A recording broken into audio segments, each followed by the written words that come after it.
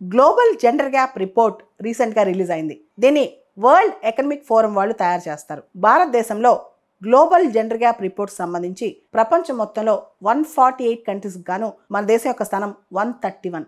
అంటే gender gap రిపోర్ట్లో భారతదేశం చాలా అధ్వానంగా ఉందని చెప్పొచ్చు. లాస్ట్ ఇయర్ 146 దేశాలకు గాను 129వ ర్యాంక్ అనమాట. ఈ ఇయర్ 148 దేశాలకు గాను ఇండియా ర్యాంక్ 131. సౌత్ ఏషియాలో ఆల్మోస్ట్ వర్స్ట్ పర్ఫార్మింగ్ దేశం భారతదేశం అనమాట. అసలు ఈ జెండర్ గ్యాప్ రిపోర్ట్ అంటే ఏంటి, మహిళల స్థానం ఎలా ఉంది దేశంలో, 4 ఇంపార్టెంట్ సూచికలు తీసుకుని దానిలో మహిళల స్థితిగతులు ఎలా ఉన్నాయో చూస్తారు. ఉదాహరణకి economic participation and opportunities, education attainment, health and survival, political empowerment, వీటి సూచికలన్నీ తీసుకుని ఆ దేశంలో మహిళల యొక్క ఆర్థిక భాగస్వామ్యం ఎలా ఉంది, మహిళలకి ఆర్థికంగా వాళ్ళకి అవకాశాలు ఎలా ఉన్నాయి, అదేవిధంగా మహిళలు విద్యా వ్యవస్థలో వాళ్ళు ఎలా భాగస్వాములు అవుతున్నారు, అండ్ వాళ్ళు ఆరోగ్యంగా ఎలా బతుకుతున్నారు, పొలిటికల్ ఎంపవర్మెంట్, రాజకీయంగా మహిళలు ఎలా ఉన్నారు, ఇవన్నీ చూస్తారనమాట.